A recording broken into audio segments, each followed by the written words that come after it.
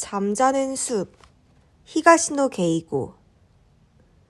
가가와 오타가 다카야나기 발레단에 도착한 것은 오후 3시가 되기 직전이었다. 샤쿠지 경찰서 수사원들이 현장 검증에 들어갔고 가지타 사건 수사본부에서도 벌써 수사원 몇 명이 달려와 있었다. 샤쿠지 경찰서의 고바야시 경위는 복도 벽에 기대서서 감식과의 작업을 지켜보고 있었다. 가가는 그에게 다가가 야기유 씨는요? 라고 물었다. 병원에 실려갔어. 아마 괜찮을 거야. 그 밖에 또 그걸 마신 사람은 없는 거죠? 없어. 야기유가 가져온 물통에만 독극물을 집어넣은 모양이야. 어떤 종류의 독극물이에요? 아직 모르겠어. 고바야시는 명백하게 뿌르퉁한 기색이었다. 이전 사건이 전혀 해결될 기미를 보이지 않는 판에 그의 관할 내에서 또다시 새로운 사건이 터졌으니 당연한 일이었다. 가가는 연습실을 들여다보았다. 댄서들은 하나같이 침울한 기색이었다. 이런 때 공연 연습을 할 수는 없었는지 바닥에서 유연체조를 하거나 바를 잡고 가볍게 몸을 움직이는 사람, 고개를 떨군 채 웅크리고 앉아있는 사람도 있었다. 아사오카 미오는 거울 앞에 멍하니 서 있었다. 가가가 빤히 지켜보고 있었더니 그녀도 시선을 느꼈는지 이쪽으로 얼굴을 돌렸다. 가가는 슬쩍 턱을 당겼다. 걱정할 것 없다는 뜻으로 고개를 끄덕여준 것인데 그 작은 몸짓이 그녀에게 전달되었는지는 알 수 없었다. 야기유 씨의 물통에는 원래 뭐가 들어있었죠? 가가는 고바야시에게 물었다. 오늘은 커피를 가져왔다고 하더라고. 고바야시는 곁에 있던 젊은 형사에게 물통을 가져오라고 지시했다. 오늘은 이라는 건 무슨 말이에요? 라고 오타가 옆에서 물었다. 야기유는 항상 도시락을 싸왔어. 어떤 도시락이냐에 따라서 물통의 내용물도 달라졌던 모양이야. 오늘은 샌드위치 도시락이었기 때문에 커피를 가져왔다나 봐. 그럼 옛날식 장아찌 도시락일 때는 일본 차를 가져왔겠네요. 오타가 말하자 고바야시는 쓴 웃음을 지으며 말했다. 그런가? 요즘 젊은 사람들은 밥에 장아찌 하나 박아오는 도시락은 먹어본 적도 없을걸. 젊은 형사가 물통을 가져오자 고바야시는 그것을 오타에게 건네주었다. 통째로 큼직한 비닐봉지에 들어있었다. 짐은 채취가 끝났다고 했지만 그래도 가가와 오타는 장갑을 꼈다. 냄새만으로는 분명한 커피네. 뚜껑을 열고 코를 대보면서 오타가 말했다. 물통은 스테인레스로 만든 두툼한 것이었다. 냄새가 끝내주지. 그 속에 독이 들었을 줄은 생각도 못했을 거야.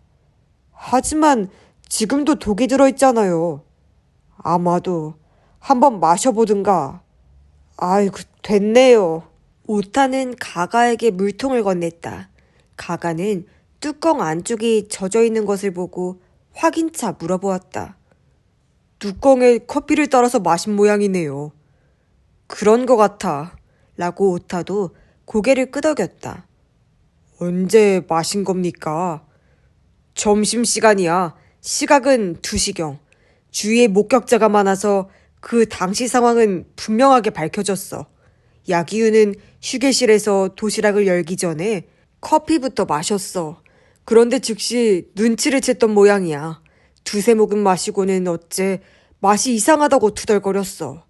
그리고 고개를 갸웃거리면서 샌드위치를 먹으려는 참에 갑자기 고통이 몰려온 거지. 바닥을 뒹굴면서 위통과 두통을 호소했다더라고.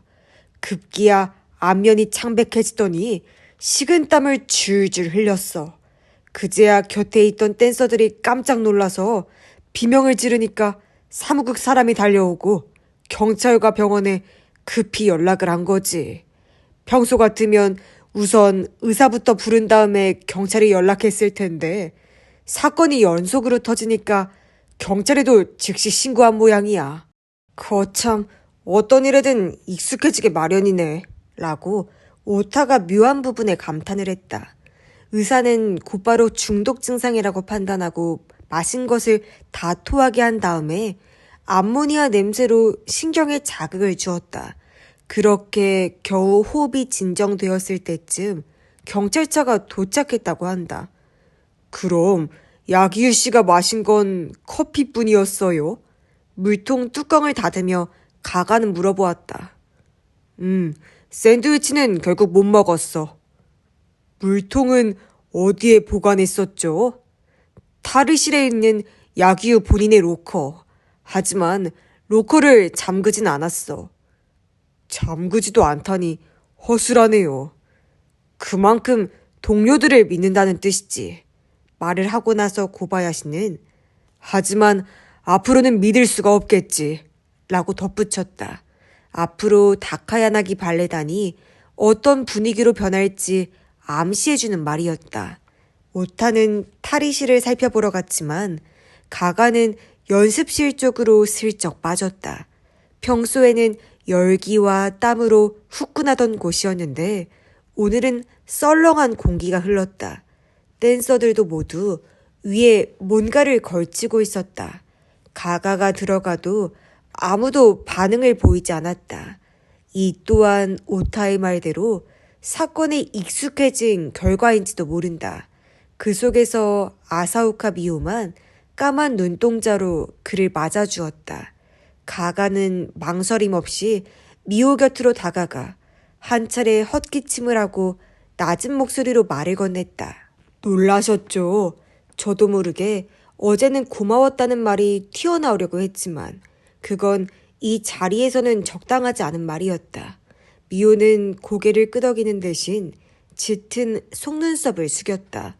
눈가는 붉었지만 뺨에서 목덜미까지의 살빛은 핏기가 빠진 듯 창백했다. 야기유 씨는 날마다 물통을 들고 다녔습니까? 야기유에게 씨라는 호칭을 붙이는 것에 약간의 저항감이 느껴졌다. 그의 풋풋하고 도전적인 눈매가 떠올랐기 때문이다. 네, 거의 매일 가져왔어요. 라고 미호는 대답했다. 그걸 모두 다 알고 있어요? 그러자 미호는 눈동자만 움직여 주위 댄서들의 기색을 살펴본 뒤에 대답했다. 대부분의 사람들은 알고 있을 거예요. 연구생이나 발레 교실에서 도와주러 온 친구들은 잘 모르겠지만요. 가가는 그녀의 설명에 고개를 끄덕이면서 방금 그녀가 한 것처럼 곁눈으로 연습실을 둘러보았다. 그러자 댄서들 사이의 묘한 고요함이 이해가 되었다. 그들은 바로 자신들 중에 살인자가 있다는 사실을 비로소 인식한 것이다. 야기유 씨는 그 물통의 음료를 항상 점심시간에 마셨습니까? 목소리를 낮춘 채 가가는 질문을 이어갔다. 네, 그랬죠. 라고 미호는 또렷하게 대답했다. 오전 레슨 전에 야기유 군이 뭘 먹거나 마시는 일은 한 번도 없었어요. 그렇다면 범인은 야기유가 옷을 갈아입고 탈의실을 나온 뒤부터 점심시간까지 그 사이에 로커의 물통 속에 독극물을 넣었다는 이야기다. 이건 약간 다른 이야기인데요. 라고 가가는 말했다. 레슨 도중에 연습실을 잠깐 빠져나갈 수는 없어요? 이 질문은 댄서들 중에 범인이 있다는 말이나 마찬가지였다. 하지만 미호는 더 이상 그런 것에 민감한 반응은 보이지 않았다. 이따금 화장실에 가는 사람은 있죠. 하지만 그런 일도 거의 없어요. 오늘은요? 없었어요. 혹시 있었다고 해도 그 사람이 범인일 확률은 거의 없다고 가가는 생각했다. 레슨 중에 혼자 빠져나갔다가는 당장 의심을 살 것이기 때문이다. 그렇다면 레슨이 시작되기 전에 탈의실에 몰래 들어가 독을 넣었다는 이야기가 된다. 야기유를 노렸다는 것에 대해 뭔가 짐작 가는 게 없느냐고 물어보고 싶었지만 그런 질문을 하면 주위 사람들에게 들릴 우려가 있었다. 가가는 고맙다는 말만 건네고 그대로 연습실에 나오기로 했다. 탈의실에 가봤더니 감식과에서 지문 채취를 끝낸 참이었다. 넓이는 2평 정도. 안으로 들어가 왼편 벽에 로커 10개가 나란히 설치되어 있었다. 근처에 있던 젊은 수사원에게 야기유의 로커는 어디냐고 물었더니 손끝으로 저쪽이라고 알려주었다. 가장 문 앞쪽에 있는 비교적 새 로커였다. 로커를 사용할 수 있는 건 발레단 멤버 중에서도 상당한 커리어가 있는 사람이래. 누가 불쑥 말을 건네기에 뒤를 돌아봤더니 오타가 입구에 서 있었다. 야기유도 춤을 출 때는 준지원급이지만 연공 서열로는 10위 안에 겨우 들어간다더라고. 아슬아슬하게 로커 사용이 허락되는 순이야. 가가는 고개를 끄덕이고 안쪽까지 들어가 보았다. 가장 안쪽은 가지타의 로커였다.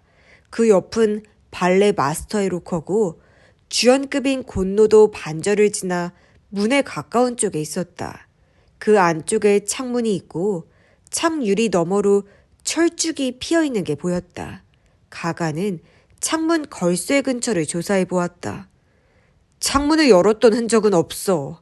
가가의 생각을 알아차린 듯 오타가 뒤에 다가와 말했다. 창문 틈새에 쌓인 먼지가 그대로거든. 열었다면 아마도 흔적이 남았을 거야. 창문이 아닌 출입문으로 당당히 드나들었다면 역시 남성 댄서가 의심스럽다는 이야기가 되겠네요. 꼭 그렇다고 단정할 순 없어. 이야기를 들어보니까 남성 댄서들은 여자들보다 훨씬 더 빨리 옷을 갈아입고 연습실로 가는 모양이야. 그러니까 이쪽 탈의실에 아무도 없을 때 옆이 탈의실에는 여자 댄서들이 있는 거야. 그중 한 사람이 기회를 노려 슬쩍 들어와서 독극물을 넣은 뒤에 남의 눈에 띄지 않게 나갔을 가능성도 있지. 상당히 대담한 범행이네요. 아주 대담해. 이런 범인은. 그리고 오타는 한층 목소리를 낮췄다. 동기가 뭔진 모르겠지만 이런 장소에서 야기유를 죽이려고 한 것 자체가 소심한 사람으로선 하기 어려운 일이야. 어떻든 이번 일로 용의자의 범위가 부쩍 좁혀졌잖아. 대담한 건 여자들의 특징이지. 라고 오타는 덧붙였다. 그날 밤 시부야 경찰서의 수사본부에서 이 사건에 대한 보고 회의가 있었다. 관할서는 물론 샤쿠지 경찰서지만 가지타 사건과 밀접한 관련이 있다는 판단 아래 실질적으로는 합동수사의 형태를 취하게 되었다. 덕분에 회의실은 수사원들로 가득 찼다. 사건 경과에 대한 건 고바야시가 말했던 대로였다. 탈의실에 관한 설명도 특별히 주의를 끌만한 것은 없었다. 단지 지금까지의 회의와 크게 다른 점은 범행 동기에 대해 몇 가지 단서가 있다는 것이었다. 야기유는 가지타를 살해한 범인이 가자마의 친구일 것이라고 추정하고 있었다고 합니다. 스루마키라는 비쩍 마른 베테랑 형사가 일동을 둘러보며 말했다. 야기유는 사이토 하루코의 정당방위를 뒷받침하기 위해서는 가자마가 다카야나기 발레단에 몰래 침입한 이유를 밝혀내면 된다고 생각한 거죠. 그래서 앞서 말한 추정을 바탕으로 가지타와 가자마의 관계를 밝혀내려고 했다는군요. 발레단 동료를 의심하는 일이 있더라도 반드시 하루코를 구해내겠다고 씩씩거렸다는 건 많은 단원들이 직접 들었다고 진술했습니다. 가가는 야기유의 그 모습을 상상하고 저도 모르게 입가에 피식 웃음이 번졌다. 야기유라면 충분히 그 정도로 호언장담을 했을 것이다. 야기유가 구체적으로 어떤 일을 했지? 라고 도미이가 질문을 했다. 그 점에 대해 사무국장인 사카기라는 사람이 흥미로운 이야기를 해주었습니다. 수르마키는 넥타이를 조금 느슨하게 풀면서 말했다. 이미 저희 쪽에서도 파악한 정보인데 가지타는 2년 전에 뉴욕에 건너갔습니다. 가자마가 그쪽에 있었던 것과 같은 시기죠. 이때 가즈타는 뉴욕뿐만이 아니라 미국과 캐나다의 다른 발레단도 시찰한 사실이 있었습니다. 사카기에 의하면 야기유가 그때의 기록을 좀 보여달라고 했답니다. 언젠가는 자기도 그런 곳을 돌아볼 것이고 그때 참고로 하기 위해서라고 이유를 댔다는군요. 그래서 어제 연습이 끝난 뒤에 야기유 혼자 사무실에 남아 해당 자료를 봤다고 합니다.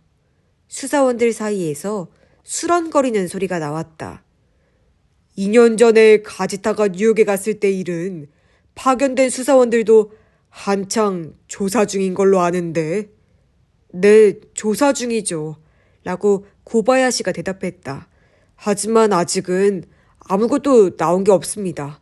그 사람이 가자마와 접촉한 사실도 없습니다. 그래서 2년 전으로 한정하지 않고 범위를 좀 더 넓혀서 조사할 생각이에요. 지난번에 가자마가 그쪽에서 사귀었다는 일본인이 가지타일 가능성은 없어요? 오타의 물음에 고바야시는 고개를 저었다. 사진을 전송해서 증인에게 보여줬는데 아니라고 했어. 그러면 야기유는 가지타가 뉴욕 이외의 곳을 돌아다녔다는 것에 주목했단 건가? 도미이는 야기유가 그런 조사를 했다는 것을 다른 단원들도 알고 있었느냐고 물었다. 거의 대부분의 단원들이 알고 있었다고 쓰루마키는 대답했다. 사카기와 야기유가 그런 이야기를 나누는 것을 다들 들었다는 것이다. 혹시 범인이 그 말을 듣고 야기유를 제거하려고 했다면 야기유의 추리가 사건의 핵심을 제대로 짚은 것이었다는 이야기인데요. 다른 수사원의 말에 도미이는 아랫입술을 툭 내밀고 짜증스러운 얼굴로 고개를 끄덕였다. 처음부터 비협조적이라고 느끼긴 했지만 그런 중요한 정보를 감추고 있을 줄은 몰랐네. 이번 사건으로 그 사람들이 화들짝 놀라서 협조나 좀 잘해주었으면 좋겠어. 그나저나 야기유의 몸 상태는 어때? 오늘 하루는 절대 안정을 취해야 한답니다. 내일 아침이면 진술을 들을 수 있을 겁니다. 젊은 수사원이 대답했다. 경호는? 붙였습니다. 좋아. 실수 없이 잘 지켜봐. 방금 말했던 그런 이유로 야기유를 노렸다면 그가 무사하다는 소식을 듣고 다시 한번 노릴 가능성이 있어. 야기유에게서 어떤 이야기가 나올지 기대가 되네요. 나도 그래. 그걸로 단숨에 해결이 되면 좋겠다만. 도미이가 말을 어중간하게 끄는 것은 감식과 직원이 들어와 그에게 서류를 보여주었기 때문이다. 도미이는 그것을 쓱 훑어본 뒤에 모두에게 보고했다. 독극물이 판명되었어. 역시 니코틴이야. 담뱃잎의 침출액이라는군. 가지타 때도 똑같았지. 하지만 농도는 지난번보다는 훨씬 낮아. 커피에 넣으려고 약하게 만든 모양이야. 야기유가 목숨을 건진 건 아마 그 덕분이겠지? 네, 그렇습니다. 라고 감식과 직원이 대답했다. 특히 이번에는 지난번처럼 직접 주사가 아니라 커피였으니까 범행에 성공하기 위해서는 오히려 농도를 높였어야 했어요. 피해자로서는 천만 다행이었죠. 이번에는 범인이 그만큼 다급했다는 이야기인가? 이거 야기유의 진술이 점점 더 궁금해지네. 아참, 발레단 쪽에도 경호를 붙였지. 몇 사람이 교대로 지키고 있다는 말을 듣고 도미이는 만족스럽게 고개를 끄덕였다. 오늘 밤 가지타의 장례식에 갈 예정인 것이다. 가지타의 맨션에서 수십 미터 떨어진 곳에 자리 잡은 상조회관이 장례식장이었다. 사카기를 비롯한 사무국 직원들이 바쁘게 돌아다니고 댄서들과 무대 관계자가 대거 참석해서 나름대로 모양새를 갖춘 장례였다.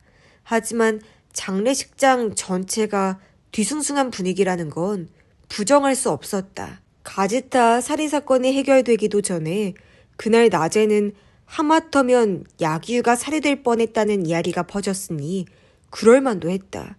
그래서 그런지 참석자가 꽤 많았는데도 대부분 일찌감치 돌아갔다. 어쩌면 다음 타겟은 자신이 될지도 모른다는 불안감 때문일 것이다. 미호는 관에서 멀찌감치 떨어진 자리에서 아키코 일행과 함께 잠깐 술을 마셨다. 일찌감치 돌아가고 싶은 마음이 굴뚝 같았지만 자신들이 돌아가면 다른 댄서들도 따라서 우르르 자리를 뜰 게 틀림없었다.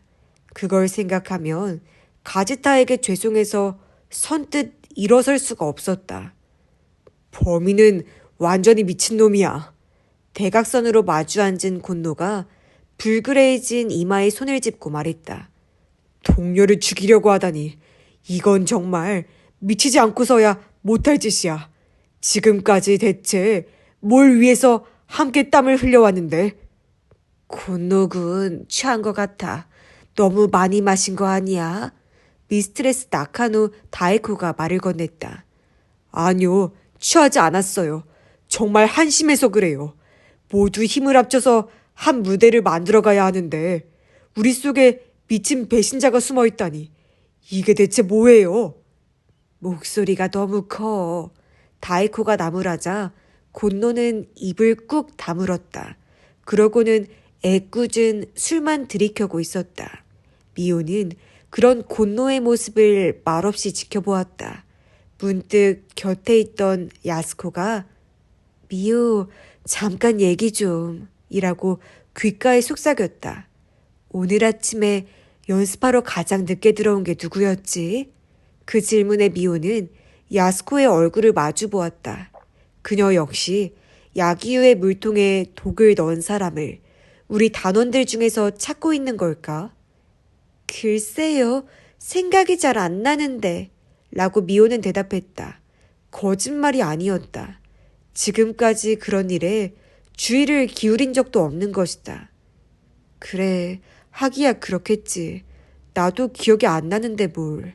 작은 목소리로 말하더니 야스코는 레슨 중간에 빠져나간 사람은 없었어?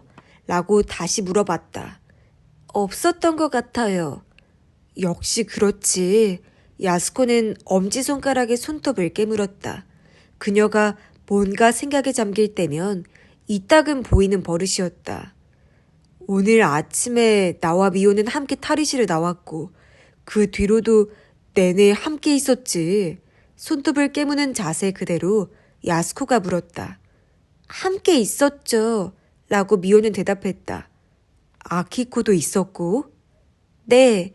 세 사람은 아침마다 탈의실에서 얼굴을 마주쳤다.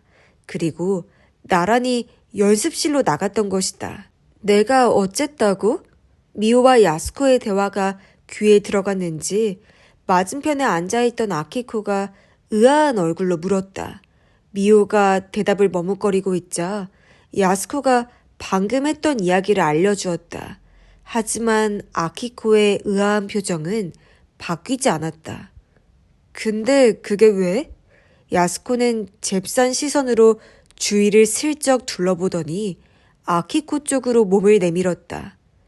아침부터 계속 누군가와 함께 있었던 사람은 야기유군의 물통에 독을 넣을 수 없었어. 그러니까 우리가 의심받는 일은 없을 거야. 아, 그런 얘기였어? 아키코는 그제야 알아들었다는 듯 가만히 머리를 끄덕였다. 하지만 뭔가 심드렁한 표정이었다. 야스코의 말에 그다지 관심이 없는 기색이었다. 그건 그럴지도 모르지만 그렇다고 의심이 완전히 풀리는 건 아니야. 이를테면 아침에 누구를 만나기 전에 그런 짓을 했을 수도 있잖아. 하지만 그런 때라면 남자 탈의실에 아직 사람이 있었을 거야. 야스코의 말이 끝나기도 전에 아키코는 벌써 고개를 흔들고 있었다. 하지만 불가능하다고 단언하긴 어려워. 그녀의 말에 선뜻 대꾸할 말이 생각나지 않는지 야스코는 시선을 아래로 떨구었다. 그런 야스코에게 아키코는 미소를 던졌다. 걱정 마. 아무도 우리 세 사람 중에 범인이 있다고 생각하진 않을 거야. 다만 경찰은 그리 만만하지 않다는 말을 하고 싶었을 뿐이야. 그러자 야스코는 고개를 꾸벅 숙이더니 작은 소리로 미안해 라고 말했다. 1시간쯤 뒤에 미호 일행은 자리에서 일어서기로 했다. 예상했던 대로 이쪽이 일어나기만을 기다렸다는 듯이 신인 댄서들도 돌아갈 준비를 하기 시작했다. 상조 회관을 나오는 길에 아키코가 미호에게 잠깐 시간 좀 내달라고 말을 건네왔다. 미호는 야스코와 함께 역으로 가려던 참이었지만 그녀에게 양해를 구하고 아키코를 따라 걸음을 옮겼다. 뒤에서 누가 따라오지? 말없이 한참 걸어간 참에 아키코가 말했다. 미호는 뒤를 돌아보았지만 인기척은 느껴지지 않았다. 안 들키게 미행을 잘하는 거야 라고 아키코는 말했다. 뭐 미행에도 별 상관은 없지만 형사 이야기를 하고 있는 것이었다. 앞으로 우리는 계속 미행을 당하는 건가요? 아마 그럴 거야. 사건이 해결될 때까지 계속. 우울한 목소리로 아키코는 말했다. 두 사람이 들어간 곳은 단골주점 네트바였다. 자리에 앉고 잠시 뒤에 낯선 남자들이 고개를 숙인 채 들어와 카운터에 나란히 자리를 잡았다. 그냥 내버려두자. 아키코는 남자들 쪽을 쳐다보지 않고 말했다. 미호도 그녀의 눈을 바라본 채 고개를 끄덕였다. 마스터가 다가와 아키코 앞에는 온더록스와 물을, 미호에게는 김이 오르는 우롱차를 내주었다. 마스터도 남자들의 정체를 눈치챘는지 평소에는 한마디쯤 말을 걸어주는데 오늘 밤에는 별 말 없이 카운터 안으로 돌아갔다. 아키코는 스카치 위스키를 한 모금 마시고 말문을 열었다. 솔직히 묻겠는데 야기유군의 일 뭔가 짐작가는 게 있어? 미호는 잠시 망설인 끝에 그동안 마음에 걸렸던 것을 말하기로 했다. 야기유가 가지타의 2년 전의 미국행을 조사하려고 했던 일이다. 그건 나도 알고 있어. 그거 말곤 없어? 없어요. 라고 미호는 대답했다. 그래? 아키코는 시선을 벽 쪽으로 향하고 유리잔 안의 얼음을 댕강댕강 울렸다. 야기유군을 죽이려고 한 범인 가지타 선생님 때하고 같은 사람일까? 미호는 우롱차가 든 컵을 양손에 녹이면서 대답했다.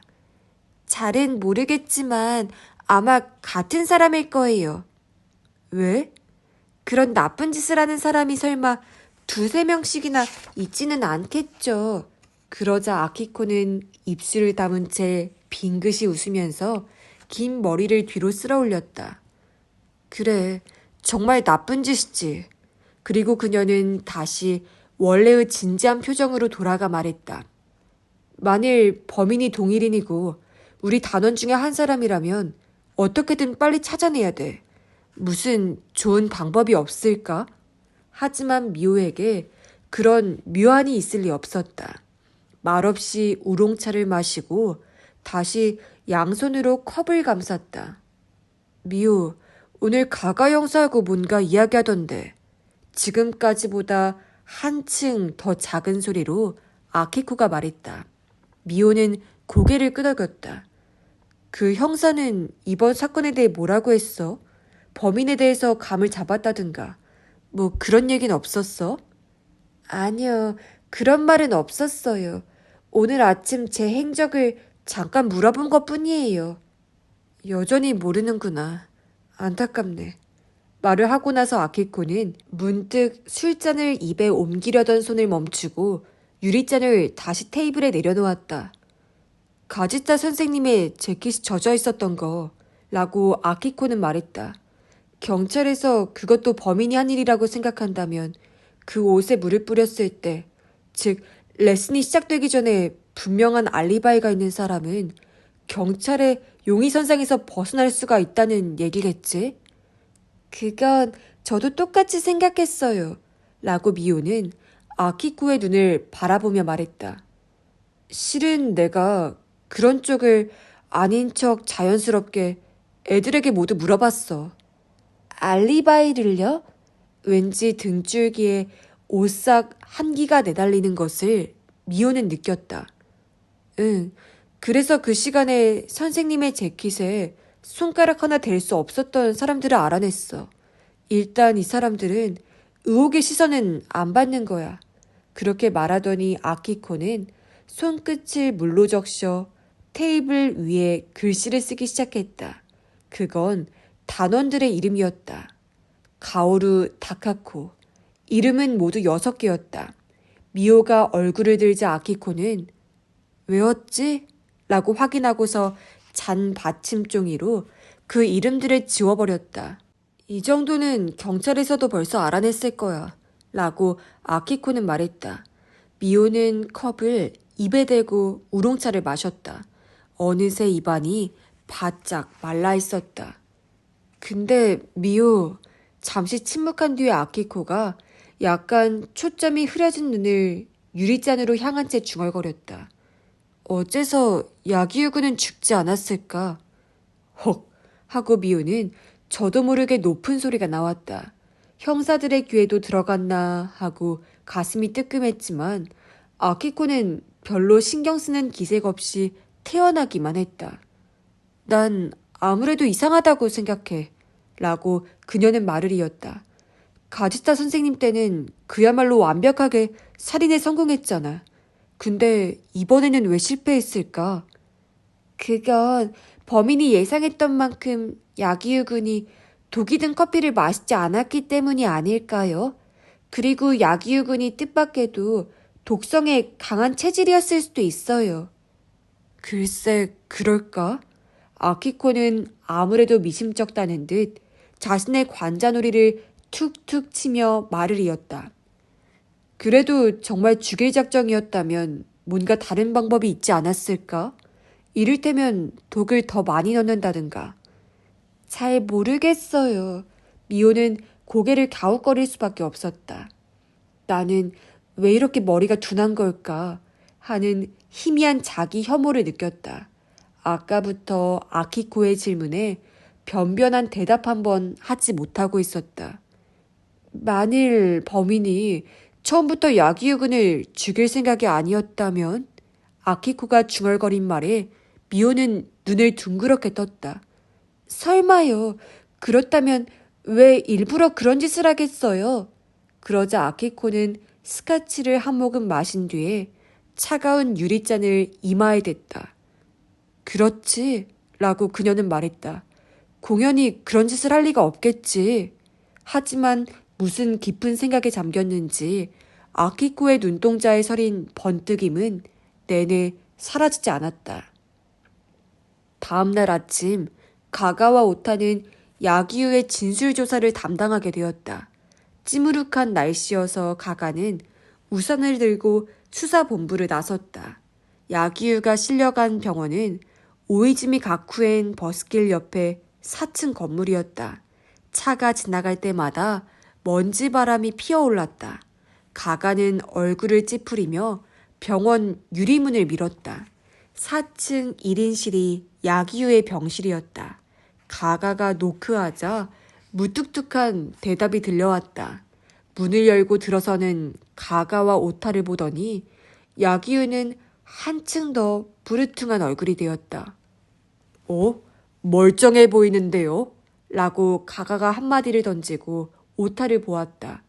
오타도 느물느물 웃으며 이 정도면 편안히 얘기할 수 있겠네. 라고 말했다. 실제로 담당 의사에게서도 이제는 괜찮다는 허락을 얻었다. 아직도 속이 메스꺼린다고요. 라면서 야기은은 짜증스러운 표정이었다. 참내, 진짜 죽을 뻔했는데. 그래도 무사한이 됐잖아요. 그렇게 말하고 가가는 실내를 둘러보았다. 하얀 벽으로 둘러싸여 있고 침대와 의자 말고는 아무것도 없는 병실이었다. 도로와는 반대쪽이라서 배기가스와 소음에 시달리지 않는 게 그나마 유일한 장점이었다. 게다가 이번 일은 자업자득이라고 할 수도 있잖아? 에? 왜요? 무슨 소리냐는 듯 야기유의 목소리가 커졌다. 혼자 마음대로 딴짓을 했기 때문이지. 그렇게 말하고 오타는 의자를 끌어당겨 앉았다. 하나밖에 없는 의자를 잽싸게 차지하는 바람에 가가는 별 수 없이 창문턱에 기대고 앉았다. 어디 이야기 좀 해봐. 라고 오타가 야기유를 향해 손짓을 했다. 뭘 찾으려고 했고 뭘 알아냈는지 속 시원히 털어놓으라고. 야기유는 침대에서 윗몸을 일으키더니 가가와 오타의 얼굴을 번갈아 바라보며 천천히 고개를 저었다. 대체 무슨 얘긴지 모르겠네. 당신이 직접 사건을 해결하겠다고 씩씩거렸다고 들었어. 그러려고 가지타 씨가 2년 전에 미국과 캐나다를 돌아본 일을 캐고 다녔잖아. 오타가 묻자 야기유는 잠깐 시선을 떨구더니 곧바로 형사의 눈을 똑바로 마주보았다. 사건을 해결하다니 그런 거창한 게 아니었어요. 그냥 하루코를 구해내야 한다는 생각뿐이었죠. 선생님과 가자마 관계를 알아내면 그자가 발레단에 몰래 들어온 이유도 알 수 있는 거 아니냐고요. 그렇다면 두 사람의 공통점이 뭐냐 하고 생각했고 거기서 당연히 선생님이 재작년에 미국에 갔던 일을 조사해 본 거죠. 뉴욕뿐만 아니라 다른 곳에 대해서도 알아보고 다녔다던데. 그야 2년 전에 선생님이 뉴욕에 갔던 일은 경찰도 이미 다 알고 한참 전부터 수사를 했잖아요. 그런데도 아무것도 안 나온 것 같아서 나는 선생님이 다른 곳에 갔던 때를 알아보려고 했던 거예요. 거기까지 말하고서 야기유는 뭔가 깨달은 듯 눈을 큼직하게 떴다. 아, 그러면 범인이 나를 노린 게 그것 때문이라는 이야기예요? 뭐 그럴 거라고들 생각하고 있어. 오타가 대답하자 정말 말도 안 된다는 듯 야기유는 고개를 획 돌리며 손으로 뭔가를 후려치는 듯한 몸짓을 했다. 나는 아무것도 아직 알아낸 게 없어요. 근데 왜 나를 노리겠어요? 당신이 알아내버리면 때를 놓친다고 생각했겠지. 가가가 옆에서 말했다. 아니면 그거 말고 당신을 노릴 다른 이유라도 있어요? 그런 거 없어요. 저도 어제부터 내내 이불 속에서 끙끙거리면서 생각해봤어요. 어째서 범인이 선생님 다음으로 나를 죽이려고 했는가. 근데 그런 거였군요. 그놈이 나한테 꼬리를 잡히기 전에 미리 없애버리려고 한 거였어. 야기유는 오른손 주먹으로 왼쪽 손바닥을 내리쳤지만 그 자세 그대로 고개를 갸웃거렸다. 그리고 형사들을 보았다. 근데 아직 별로 알아낸 것도 없어요. 그래도 범인에게 제가 거추적거리는 존재였을까요? 가지타 씨의 미국행에 대해 대체 뭘 알아볼 생각이었어요? 라고 가가가 물었다. 글쎄요.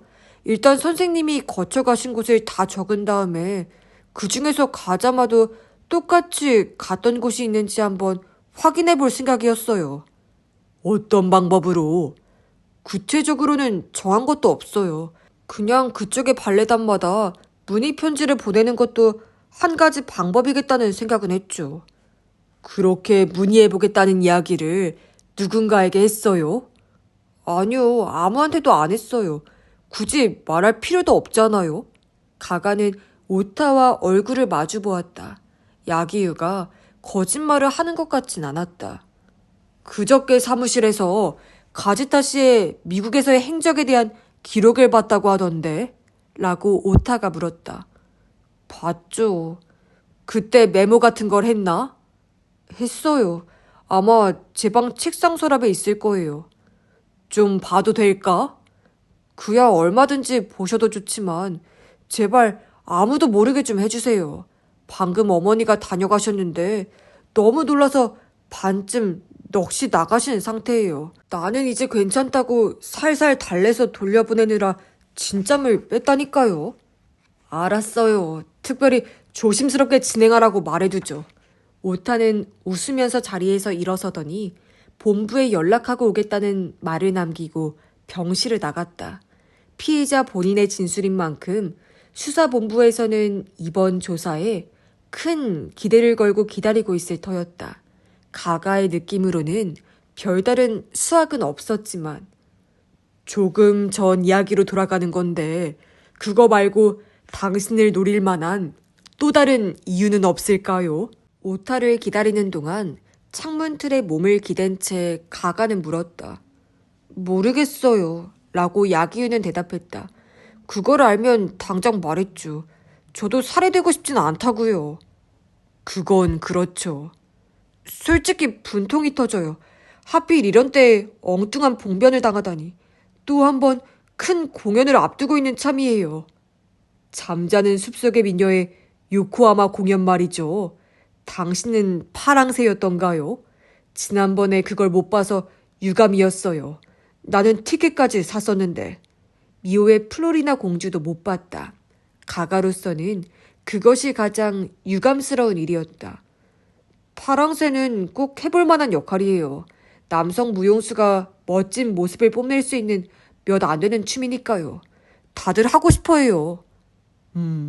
가가는 왼쪽 무릎 위에 오른다리를 얹고 넥타이를 느슨하게 풀었다. 잠깐 실례가 되는 질문을 좀 해도 괜찮을까요? 야기은은 하고 콧방귀를 뀌었다.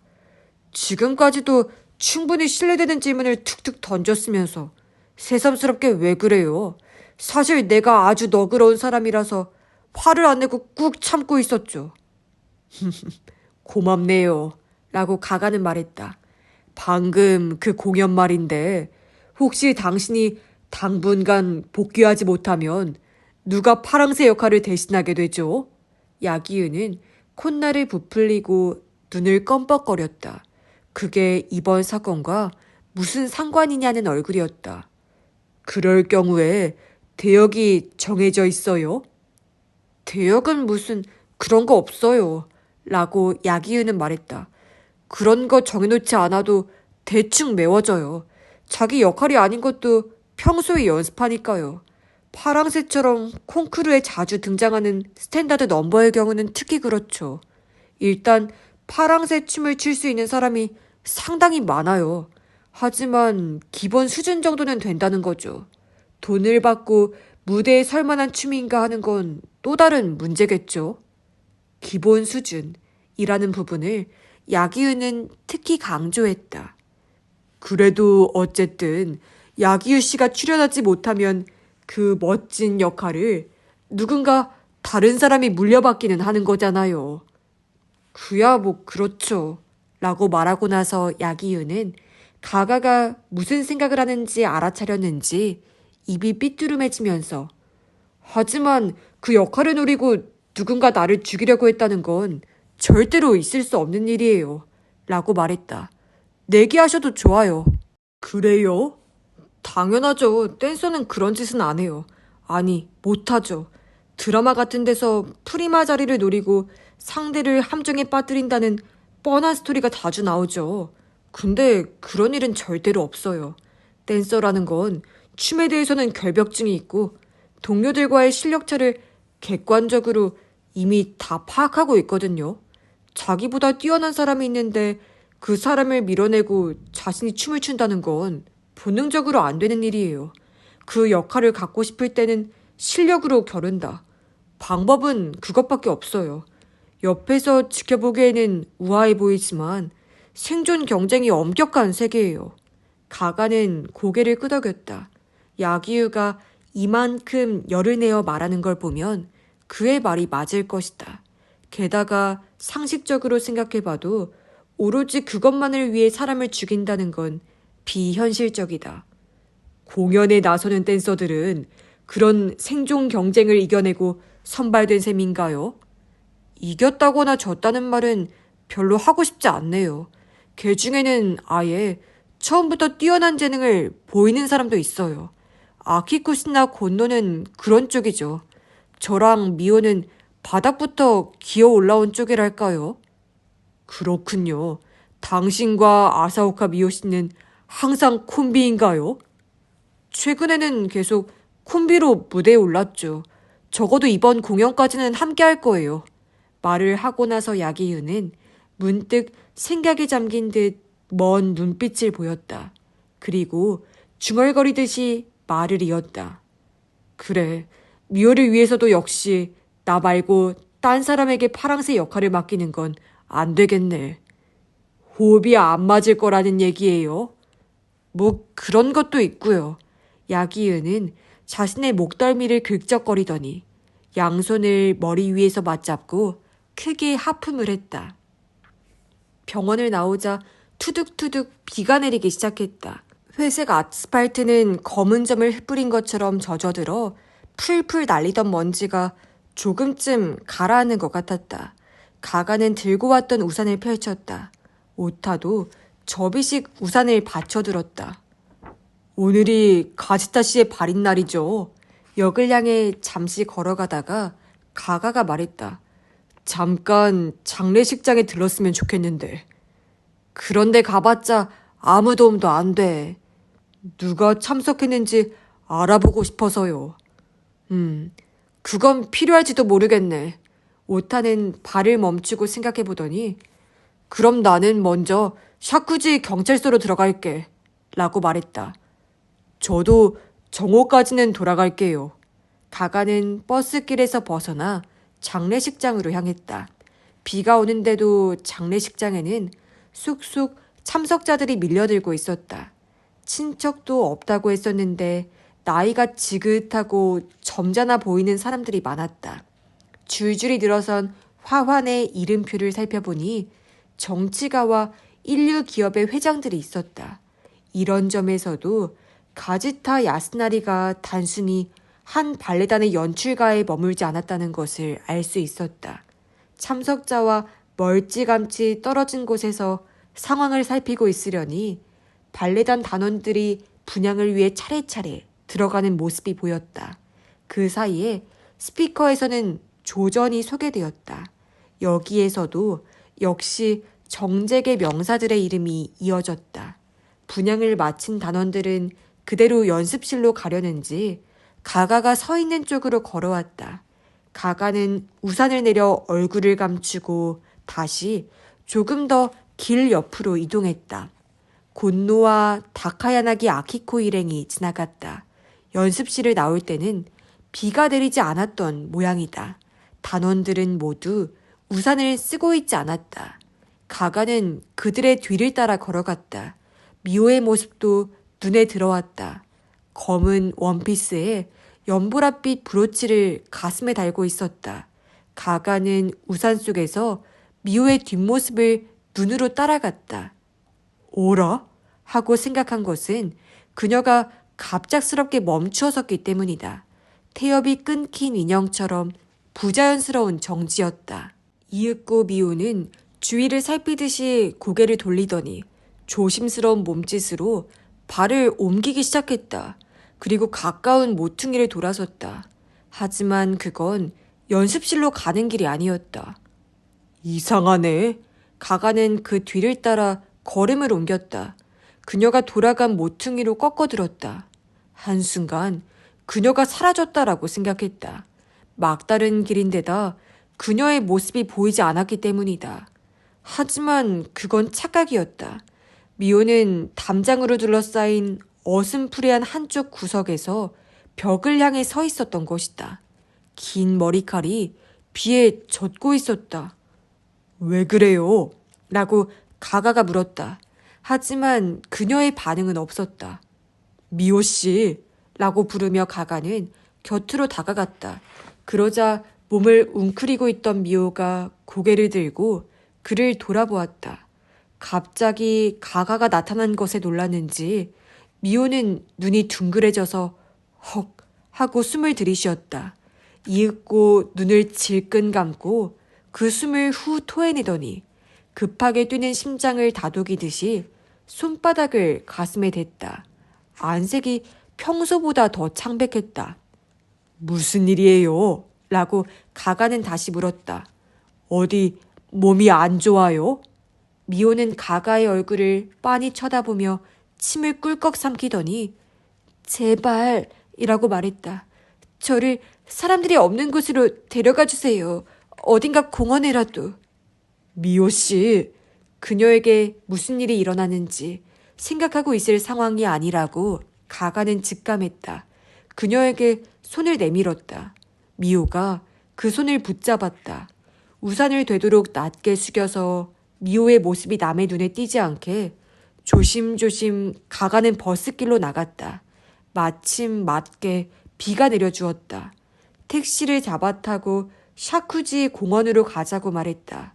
미호는 가가의 오른팔을 붙잡은 채 파르르 떨고 있었다. 그 떨림이 젖은 머리칼 때문만은 아니라는 것을 가가는 감지했다. 공원에 도착할 때쯤에 미호의 떨림은 멎었다. 그리고 비도 그쳤다. 두 사람은 택시에서 내려 공원 입구를 향해 걸음을 옮겼다. 도로 옆에 줄을 선 나무들은 오랜만에 먼지가 말끔히 씻겨나갔는지 모두 다 싱싱하게 보였다. 두 사람은 공원의 숲속을 걸었지만 어느 누구와도 마주치지 않았다. 찻길에서 벗어났더니 모든 소리가 어딘가로 빨려 들어간 것 같았다. 적당히 물기를 머금은 땅이 발을 옮길 때마다 기분 좋은 소리를 냈다. 지붕이 달린 휴식 공간이 있어서 가가는 말없이 그곳 벤치에 자리를 잡고 호주머니에서 손수건을 꺼내 옆에 깔았다. 미호는 머뭇거리는 일 없이 그의 손수건 위에 앉았다. 그리고 미호는 잠시 무릎 위에 얹은 자신의 손을 바라보고 있었다. 흙을 밟는 소리가 들려와 가가가 얼굴을 들자 3살 남짓한 여자애를 데리고 아버지인 듯한 남자가 들어서는 참이었다. 옆을 보니 미호도 그 부녀를 바라보고 있었다. 아버지와 어린 딸은 가가 쪽에는 별 관심을 보이지 않고 그들의 벤치 옆에 있는 자동 판매기 앞에 섰다. 오렌지 주스라고 여자애가 말하자 아버지는 백엔 동전을 넣고 버튼을 눌렀다. 우당탕 하는 큰 소리를 내며 캔 주스가 나오자 아버지는 마개를 떼어 여자아이에게 건넸다. 여자애는 걸음을 옮기며 한 모금 마시더니 그 캔을 아버지에게 건넸다. 아버지도 조금 마시고는 다시 여자애에게 돌려주었다. 아버지와 어린 딸은 그렇게 가가와 미호에게서 멀어져 갔다. 그들의 모습이 완전히 사라진 뒤 가가는 우리도 뭔가 마실까요? 라고 첫 말을 떼어보았다. 이제 슬슬 말을 건네도 좋을 것 같았기 때문이다. 하지만 미호는 그 말에 대답하는 대신 내가 지금 무슨 생각을 하는지 가가 씨는 아실까요? 라고 입술에 희미하게 웃음을 담으며 물어왔다. 아니요, 전혀. 라고 그는 대답했다. 나는 가가 씨가 무슨 생각을 하시는지 알아요. 그래요? 이 여자 어떻게 된 거야? 정신이 나갔나? 내가 왜 이런 뒤치다꺼리를 해야 하나? 그런 생각 안 해요. 어떻게 된 거야? 라는 건 약간 맞긴 한데 그것도 뉘앙스가 조금 다르군요. 하고 미호는 웃었다. 아까 택시에서 내렸을 때부터 계속 생각했어요. 가가 씨에게 이 상황을 어떻게 설명해야 하나라고요. 이렇게 바보같이 굴고 정말 어떻게 수습해야 좋을지. 수습하려고 하지 말고 라고 가가는 말했다. 있는 그대로 정직하게 말해줬으면 좋겠군요. 그러면 아마 나도 충분히 이해할 거예요. 그러자 미호는 고개를 살짝 기울인 채 두 손으로 무릎을 비볐다. 나도 잘 모르겠어요.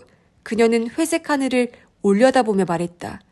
가지타 선생님을 생각했더니 새삼 슬퍼지고 오늘은 연습하기 싫다는 생각도 들고 그랬더니 갑자기 빈혈이 덮치고 그래서 여기서 다시 미호는 고개를 갸웃거렸다. 이런 날에는 조용히 넘어가주면 좋을 텐데 또다시 빈혈이 일어나다니. 생각할수록 답답해서 잠깐 나 혼자 울다가 돌아가려고 했는데 내가 갑자기 나타나서 방해를 했군요. 네, 라고 미호는 미소를 지으며 고개를 끄덕였다. 하지만 가가씨가 와줘서 좋았어요. 혼자 우는 것보다 이렇게 둘이서 이야기하는 게 훨씬 더 즐겁잖아요. 그렇게 말해주시니 제가 한결 마음이 놓입니다. 가가는 구두 끝으로 땅바닥을 툭툭 쳤다. 그보다 저는 미호 씨의 그 빈혈이라는 게 더 걱정이 되네요. 한번 정확하게 검사를 받아보는 게 좋을 텐데. 그러자 미호는 지그시 그의 얼굴을 바라보더니 어깨를 움츠리며 웃었다. 가가씨, 혹시 내가 뇌종양이니 백혈병이니 그런 불치병에 걸렸다고 생각하시는 거 아니세요? 아니요. 그런 건 아니고. 가가는 당황해서 급히 손을 내저었다. 괜찮아요. 라고 미호는 말했다. 정말로 단순한 빈혈이에요. 환절기에는 특히 그런 증상이 자주 나타나서 약간 힘든 것뿐이에요. 네. 가가씨, 혹시 사랑의 시간이라는 영화 아셔요? 아니요, 모르겠어요. 어느 곳에 발레를 잘하는 소녀가 살고 있었어요. 미호는 집게 손가락을 입술 옆에 대고 그 영화를 떠올리는 눈빛으로 이야기하기 시작했다. 그 소녀에게는 존경하는 사람이 있었어요. 하원 의원에 출마하려는 신인 정치가인데 소녀는 어떻게든 그가 선거에서 이겼으면 좋겠다고 생각해요. 소녀의 어머니는 엄청난 재력가여서 딸의 소원을 듣고 그 젊은 정치가에게 자금을 후원하겠다고 했어요. 하지만 그 정치가는 어린 소녀의 한때의 변덕에 이용당하는 건 싫다면서 화를 내는 거예요. 충분히 이해할 수 있는 심리군요. 라고 가가는 말했다. 그래서 소녀의 어머니는 그에게 털어놓았죠. 실은 우리 딸아이가 백혈병으로 그리 오래 살지 못한다. 살아있는 동안에 그 아이의 소원을 꼭 들어주고 싶다. 더구나 그 소녀는 자신의 병을 이미 알고 있는 거예요. 그래서 그 젊은 정치가는 모녀의 소원을 들어주기로 했어요. 두 사람과 짧은 여행도 떠나게 됐죠. 그 여행길에 주니어 발레단의 호두까기 인형 공연이 있다는 걸 알고 그는 주최자와 상의한 끝에 소녀가 출연할 수 있게 해줬어요. 총 연습 때 소녀는 깜짝 놀랄 만큼 완벽한 춤으로 엄청난 박수를 받아요. 내일이면 드디어 공연 무대에서 춤을 출 수 있다니 꿈만 같아. 소녀는 그렇게 말하며 기뻐했죠. 하지만 이라고 미호는 말했다. 정말로 단순한 빈혈이에요. 환절기에는 특히 그런 증상이 자주 나타나서 약간 힘든 것뿐이에요. 네. 가가씨, 혹시 사랑의 시간이라는 영화 아세요? 아니요, 모르겠어요. 어느 곳에 발레를 잘하는 소녀가 살고 있었어요. 미호는 집게 손가락을 입술 옆에 대고 그 영화를 떠올리는 눈빛으로 이야기하기 시작했다. 그 소녀에게는 존경하는 사람이 있었어요. 하원 의원에 출마하려는 신인 정치가인데 소녀는 어떻게든 그가 선거에서 이겼으면 좋겠다고 생각해요. 소녀의 어머니는 엄청난 재력가여서 딸의 소원을 듣고 그 젊은 정치가에게 자금을 후원하겠다고 했어요. 하지만 그 정치가는 어린 소녀의 한때의 변덕에 이용당하는 건 싫다면서 화를 내는 거예요. 충분히 이해할 수 있는 심리군요. 라고 가가는 말했다. 그래서 소녀의 어머니는 그에게 털어놓았죠. 실은 우리 딸아이가 백혈병으로 그리 오래 살지 못한다. 살아있는 동안에 그 아이의 소원을 꼭 들어주고 싶다. 더구나 그 소녀는 자신의 병을 이미 알고 있는 거예요. 그래서 그 젊은 정치가는 모녀의 소원을 들어주기로 했어요. 두 사람과 짧은 여행도 떠나게 됐죠. 그 여행길에 주니어 발레단의 호두까기 인형 공연이 있다는 것을 알고 그는 주최자와 상의한 끝에 소녀가 출연할 수 있게 해줬어요. 총 연습 때 소녀는 깜짝 놀랄 만큼 완벽한 춤으로 엄청난 박수를 받아요. 내일이면 드디어 공연 무대에서 춤을 출 수 있다니 꿈만 같아. 소녀는 그렇게 말하면서 기뻐했죠. 하지만 이라고 미호는 말했다. 돌아오는 지하철 안에서 백혈병이 심해졌어요. 엄마, 머리가 아파. 그리고 소녀는 안타깝게도 숨을 거둔 거예요. 남겨진 소녀의 일기장에는 자신의 죽음을 슬퍼하지 말라는 당부가 적혀 있었죠. 그리고 그 젊은 정치가는 선거에 이겼다 라는 이야기예요. 슬픈 이야기군요. 네, 하지만 이라고 미호는 말했다. 그래도 저는 그 소녀의 꿈이 이루어졌다고 생각해요. 놀랍도록 완벽한 춤을 추었고, 자, 내일도 하는 때에 죽었으니까요. 너무 어린 나이에 찾아온 죽음이 슬픈 건 사실이지만 그래도 댄서로서는 최고의 죽음이 아닐까요? 그녀가 왜 이런 영화 이야기를 하는지 가가는 알 수 없었다. 아무런 대답도 하지 못하고 입을 꾹 다물고 있자 미호는 혀를 쏙 내밀며 장난스럽게 웃었다. 제가 좀 이상한 이야기를 했죠. 그 뒤로도 30분쯤 이런저런 이야기를 하다 보니 하늘에 작은 면적이나마 파란빛이 얼굴을 내밀었다. 공원을 산책하는 사람도 점점 불어났다. 두 사람은 벤치에서 일어나 걸음을 옮겼다. 미호의 이야기로는 오늘은 오후부터 레슨을 시작하고 오전 중에는 각자 워밍업을 하라고 한 모양이었다. 근데 괜찮겠어요? 이런 데서 시간을 허비해버려서. 가가가 걱정스럽게 말하자 어차피 워밍업을 할 만한 컨디션이 아니었어요. 라고 미호는 대답했다. 들어올 때와는 다른 길로 나가려는데 중학생으로 보이는 여자애 둘이서 테니스 연습을 하고 있었다. 휴일도 아닌데 여중생이 왜 이런 공원에 와 있는지 가가는 잠시 의아한 마음이 들었다. 어쩌면 개교 기념일 같은 것인지도 모른다. 이 공 바람 빠졌어. 한쪽의 여학생이 공을 손으로 꾹꾹 누르며 말했다. 바람 좀 넣을 테니까 잠깐 기다려.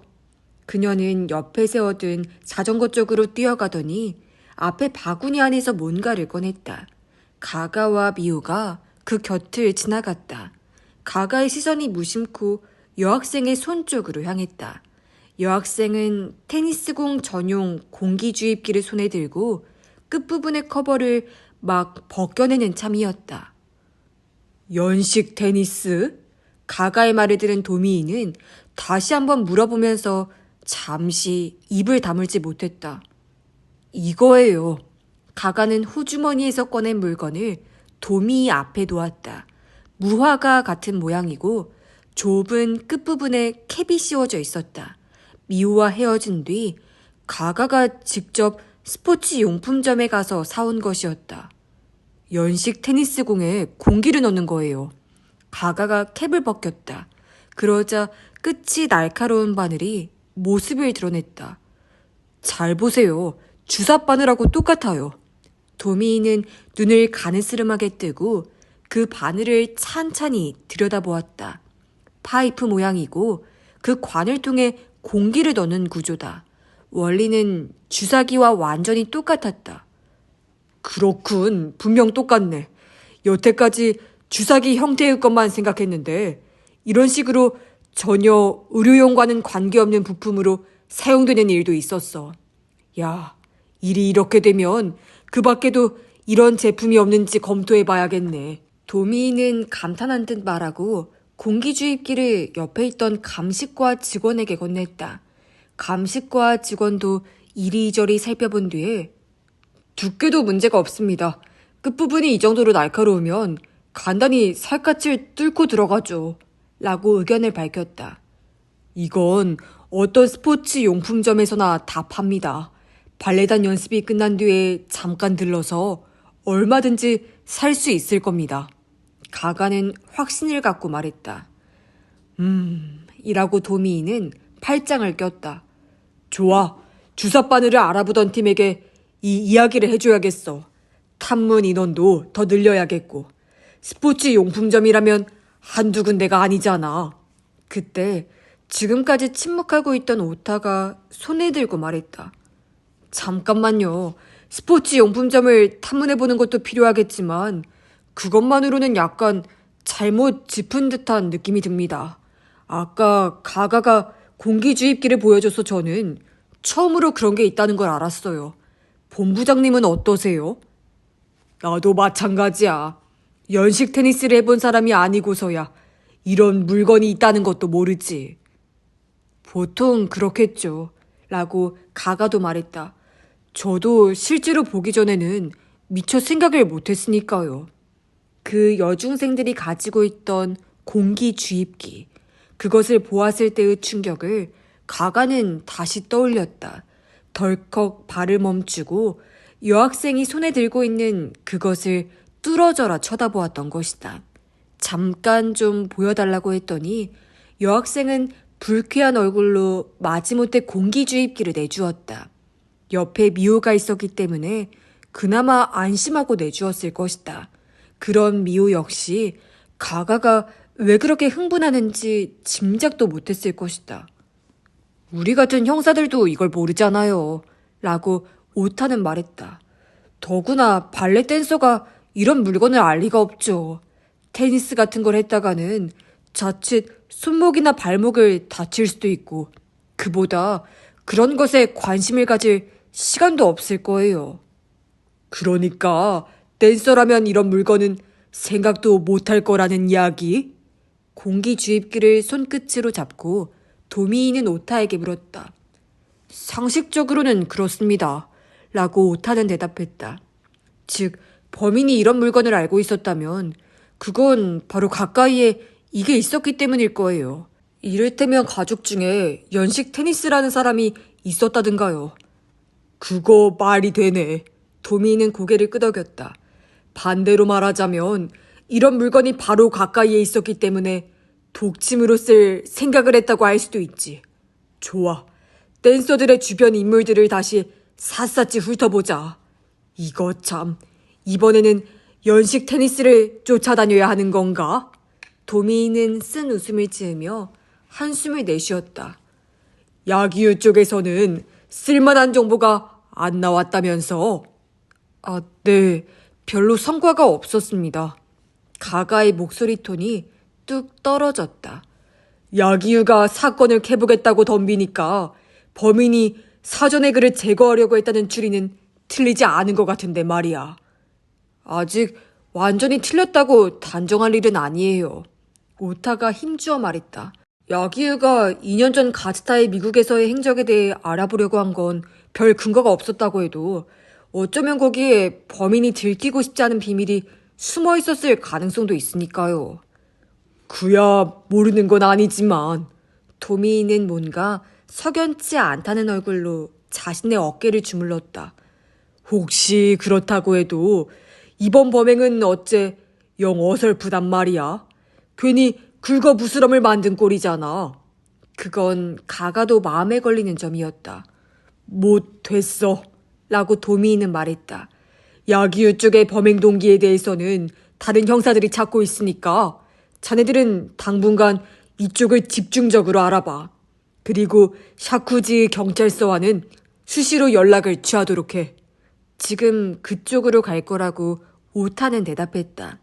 그리고 그의 말대로 약 1시간 뒤에 가가와 오타는 샤쿠지 경찰서 회의실에 와 있었다. 우리가 조사한 범위에서는 가자마 도시유케가 뉴욕을 벗어난 건 딱 2번이었어. 두 사람에게 의자를 권하며 고바야시가 말했다. 회의 책상 위에는 다양한 자료가 산더미처럼 쌓여 있었다. 보스턴과 필라델피아에 갔더라고. 미술관 관람과 지인을 만나는 게 주 목적이라서 양쪽 다 그리 오래 머물진 않았어. 동행한 사람은 없었어요? 라고 오타가 물었다. 뉴욕 미술학교의 친구가 함께 갔대. 그때 가지타와 접촉했을 가능성이 있을까? 가가가 자료를 뒤적이며 혼잣말처럼 중얼거렸지만 아니, 그런 일은 없었어. 라고 고바야시는 잘라 말했다. 그 즈음에 가지타는 뉴욕에 있었고 계속 공연 일을 하고 있었어. 그러니 발레단을 떠날 틈이 없었을 거라고. 그렇군요. 라고 가가도 수긍했다. 게다가 가지타의 일정표를 보니 그는 뉴욕 외에도 6군데의 도시를 돌았지만 보스턴이나 필라델피아에 들렀다는 기록은 없었다. 그러면 역시 가지타와 가자마가 접촉했을 가능성이 있는 곳은 뉴욕이군요. 하지만 그렇다면 전혀 새로울 것도 없어요. 이거 아무래도 묘하네요. 두 사람의 접점이 2년 전에 함께 미국에 있었다는 점뿐이라는 건 경찰에서도 진즉부터 다 알고 있었고 이제 새삼 야기유가 그걸 파헤쳐봤자 범인에게는 별다른 영향도 없었을 텐데. 오타가 혼잣말처럼 중얼거렸다. 하지만 틀림없이 뭔가 있을 거야. 아무것도 없어서야 야기유를 노릴 이유가 없잖아. 아니면 범행 동기가 전혀 다른 데 있는 건가? 그 밖에 다른 동기가 될 만한 것은 파악했습니까? 가가가 물었지만 고바야시는 슬쩍 고개를 저었다. 경찰이 조사하는 건 괜찮지만 야기유가 캐고 들면 곤란하다. 뭐 그런 비밀이 어딘가에 숨겨져 있었다는 건가? 이를테면 댄서가 아니고서는 알 수 없는 비밀이라든가. 오타가 고개를 갸웃거리며 말하자 실은 우리 쪽 형사를 야기유에게 보냈었어. 라고 고바야시는 말했다. 그 친구가 알아보려고 했던 것에 대한 자료들을 들고 갔어. 그걸 보면 뭔가 짚히는 게 있을 거라고 잔뜩 기대를 했지. 근데 아까 들어온 보고에 의하면 아무래도 그 기대가 어긋난 모양이야. 정말 이상한 사건이라고 가가는 생각했다. 야기유를 노린 이번 범행은 대체 무엇이란 말인가? 범인으로서는 분명 야기유를 죽이지 않으면 안 될 불리한 이유가 있었을 것이고, 하지만 그 범행이 실패로 끝났으니 당연히 범인에게 불리한 뭔가가 이제는 나왔어야 하는 것이다. 하지만 아직까지도 수사에 큰 도움이 될 만한 것은 하나도 발견되지 않았다. 아무튼 2년 전 가지타의 미국에서의 행적이 중요한 키워드야. 머리를 벅벅 긁어가며 고바야시는 말했다. 다시 한번 철저히 조사해봐야겠어. 반드시 거기에 뭔가 숨어있을 거야. 아무것도 없는데 범인이 야기유를 노릴 리가 없으니까. 야기유가 연습실에 나타난 것은 독극물 커피를 마시고 쓰러진 지 사흘째 되는 토요일이었다. 미호가 연습실에 갔을 때 야기유는 벌써 옷을 갈아입고 나와서 몸을 풀고 있었다. 복도에서는 눈매가 험상궂은 젊은 남자 2명이 소곤소곤 이야기를 나누고 있었다. 아마도 야기유를 지키는 형사들일 것이다. 미호가 그저께 밤에 곤노 일행과 함께 병문안을 갔을 때도 병실 앞에 형사들이 있었다. 나 보디가드가 딸린 몸이야. 미호가 연습실에서 그런 얘기를 했더니 야기유는 장난기 가득한 얼굴로 대꾸했다. 경찰에서는 범인이 또다시 야기유 군을 노릴까봐 걱정하는 것 같아. 그런 모양이지. 나는 도통 뭐가 뭔지 모르겠지만. 정말로 전혀 짐작가는 게 없어? 없다니까 그러네. 야기유는 입술 끝으로 어이없다는 듯한 웃음을 지으며 대답했다. 그러고 있는데 곤노와 아키코를 비롯한 댄서들이 다가왔다. 위는 좀 어떠냐? 사흘씩 춤을 못 췄으니 납덩이를 매단 것처럼 몸이 무겁지 않느냐라고 저마다 한마디씩 건넸다. 야기유는 농담을 섞어가며 우스꽝스럽게 받아 넘기고 있었다. 항상 하던 대로 기초 레슨부터 시작했다. 바를 이용한 연습. 미호가 똑바로 앞을 향하고 있으려니 조금 전에 형사들이 감정을 읽어내기 어려운 시선으로 지그시 댄서들을 지켜보고 있었다. 기초 레슨은 정확히 1시에 끝났다. 잠시 쉬는 시간을 갖고 2시부터는 리허설에 들어갈 예정이었다. 각자 흩어져 식사를 하러 나갔다. 야기유는 이제 도시락에는 질려버렸는지 역 앞에 식당에서 우동이나 한 그릇 먹고 오겠다면서 나갔다. 미호, 현관에서 구두를 신고 있는데 뒤에서 누군가 부르는 소리가 들렸다. 미스트레스 나카노 다에코였다. 야스코가 오늘도 결석하려나 봐. 혹시 무슨 얘기 못 들었어? 아니요, 못 들었는데요. 라고 미호는 고개를 저었다. 그래? 야스코가 웬일이래? 다에코는 무슨 일인지 모르겠다는 눈빛으로 고개를 갸웃거렸다. 야스코가 발레단 사무실에 전화를 해온 것은 어제 아침이라고 했다. 감기 때문에 열이 심해서 하루 쉬었으면 좋겠다는 내용이었다. 그 소식을 듣고 단원들 사이에서 웅성거리는 소리가 나왔다.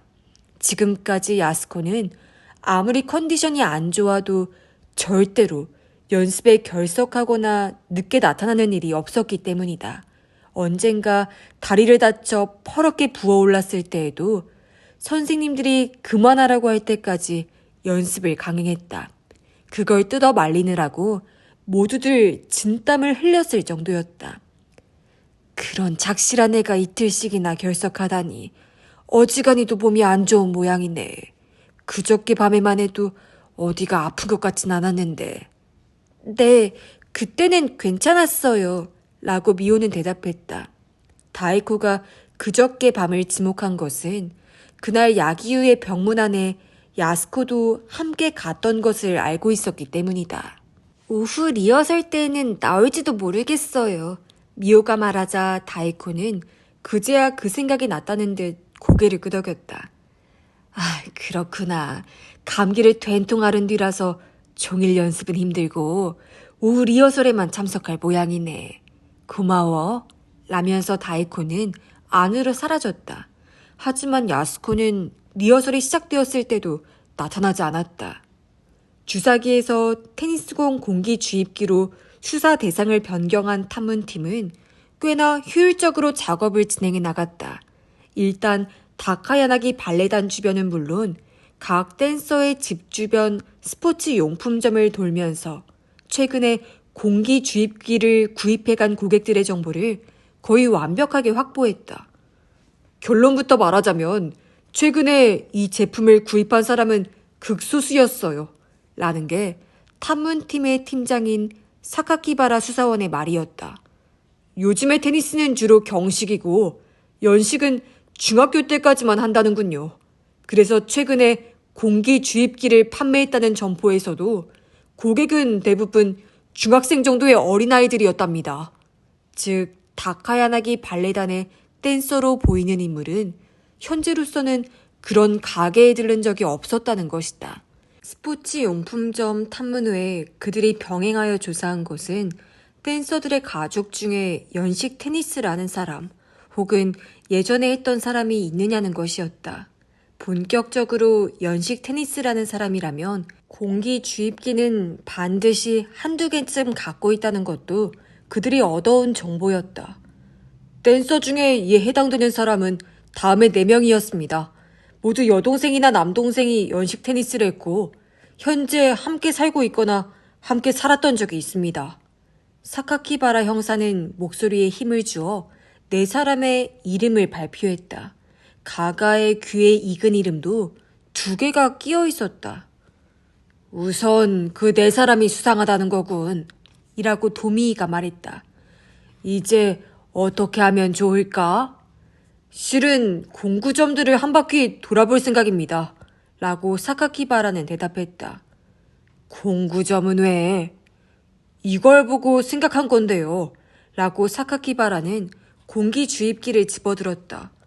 감식과에서 들어온 보고를 보면 아시겠지만 이 공기 주입기의 바늘을 몇 밀리미터쯤의 길이로 잘라서 범행에 사용했을 겁니다.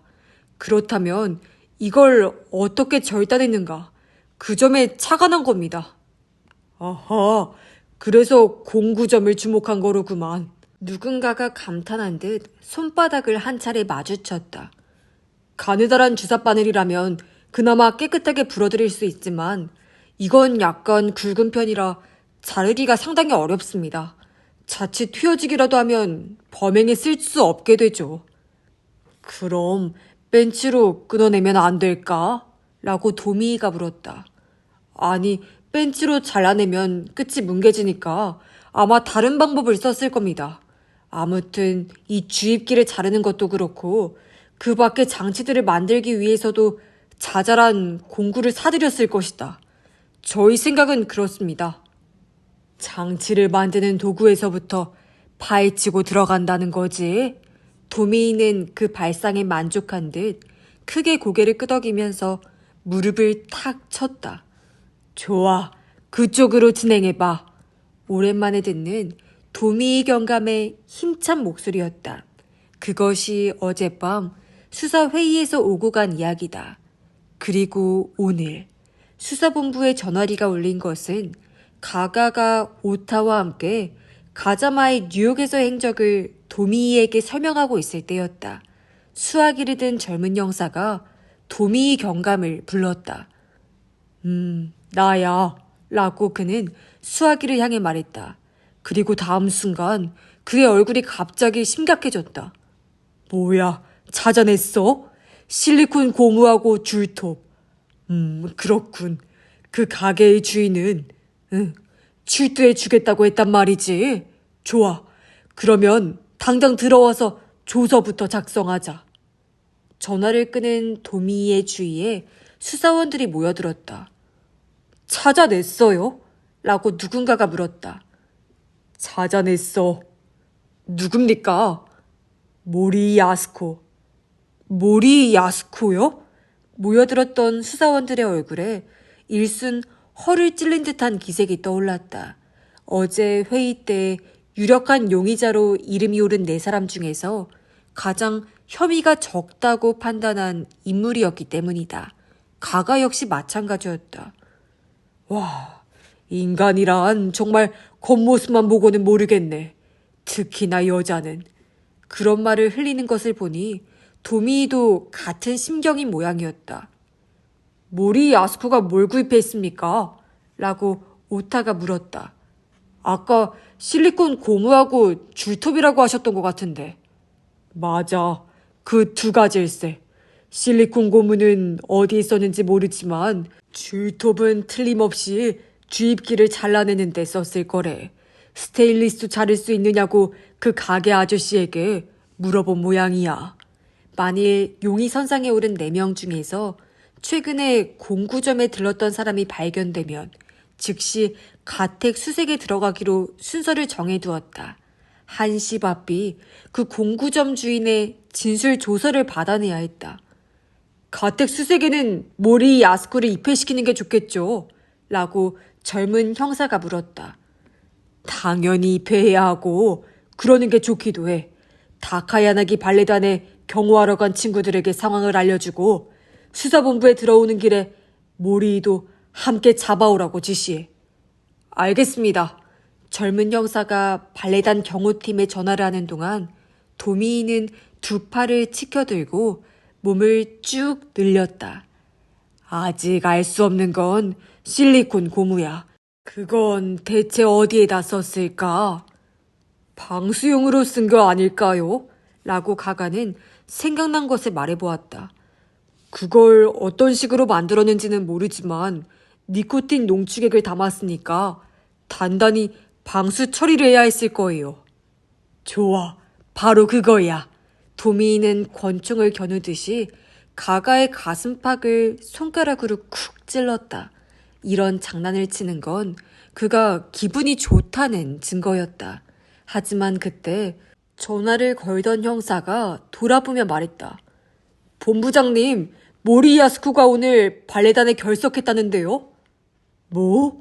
도미의 목소리가 급작스럽게 험악해졌다. 이건 또 뭔 소리야? 그건... 젊은 형사는 전화 상대와 다시 2-3마디 나누더니 수화기를 손바닥으로 맞고 도미이를 보았다. 어제부터 안 나왔답니다. 감기에 걸렸다고요. 어제도 안 나왔어? 그건 보고를 받았습니다. 결석하는 사람은 반드시 확인하라고 했으니까요. 어제 저녁 때쯤에 다사카 형사가 모리 야스쿠의 집에 찾아갔을 겁니다. 도미이는 신음소리를 흘리더니 이거 아무래도 뭔가 이상해. 이틀씩이나 결석을 하다니. 라고 중얼거리고 다음 순간 눈을 번쩍 뜨며 소리쳤다. 오타와 가가 지금 당장 야스코의 집에 가봐. 모리 야스코가 사는 맨션은 좁은 길로 나눠진 주택가에 있었다. 작은 단독주택들이 밀집해 있어서 그 2층짜리 연립은 한가운데 푹 파묻힌 것처럼 보였다. 현관은 동양이고 베란다는 서양.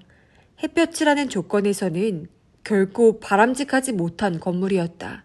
야스코의 집은 게다가 1층이었다.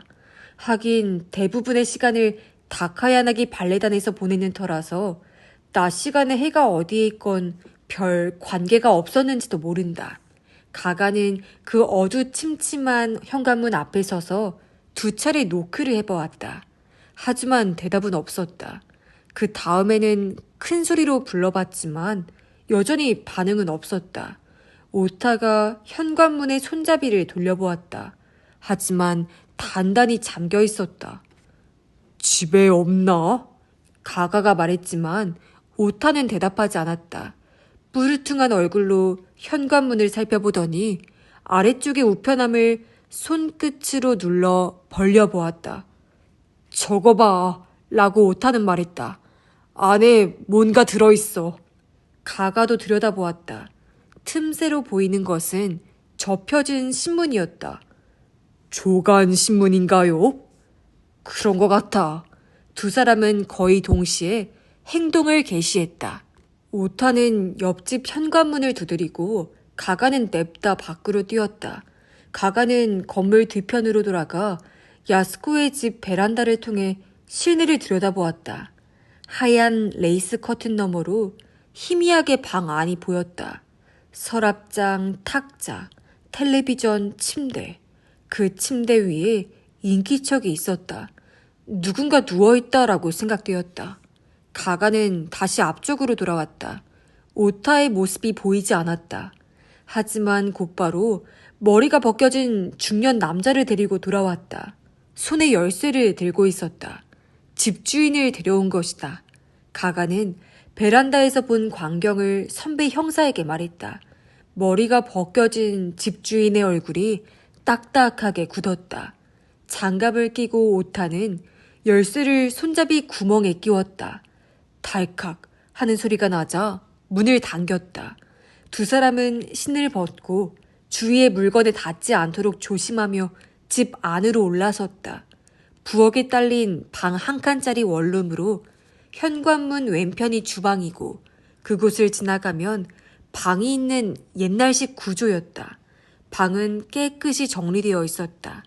탁자 위에 컵과 함께 뭔지 알 수 없는 병 하나가 있을 뿐 방 안에는 꺼내놓은 옷이며 속옷도 없었다. 옷장의 거울도 얼룩 하나 없이 깨끗했다. 침대 위에 누워있는 건 역시 모리 야스코였다. 검은 스커트에 핑크 카디건 차림으로 단정하게 발을 맞추고 가슴팍에 마주 낀 양손을 올려놓았다. 너무도 단정한 모습이어서 낮잠이라고 하기에는 부자연스러운 느낌이 들었다. 가가는 장갑을 벗고 그녀의 팔을 잡았다. 싸늘한 감촉이 느껴졌다. 맥박도 호흡도 없었다. 외상 없음 이라고 가가는 말했다. 이거야. 오타가 탁자 위에서 병을 집어들었다. 수면제. 약이 얼마나 있었는지는 모르지만 지금은 빈병이야. 본부에 연락할까요? 응, 해야지. 도미 본부장의 실망하는 얼굴이 눈에 선하네요. 인생 쉽게 풀리는 일이 없다니까. 오타가 휘휘 고개를 가로젓는 것을 눈 끝으로 바라보며 가가는 수화기를 집어들었다. 어쩐지 몹시 무거운 느낌이 들었다.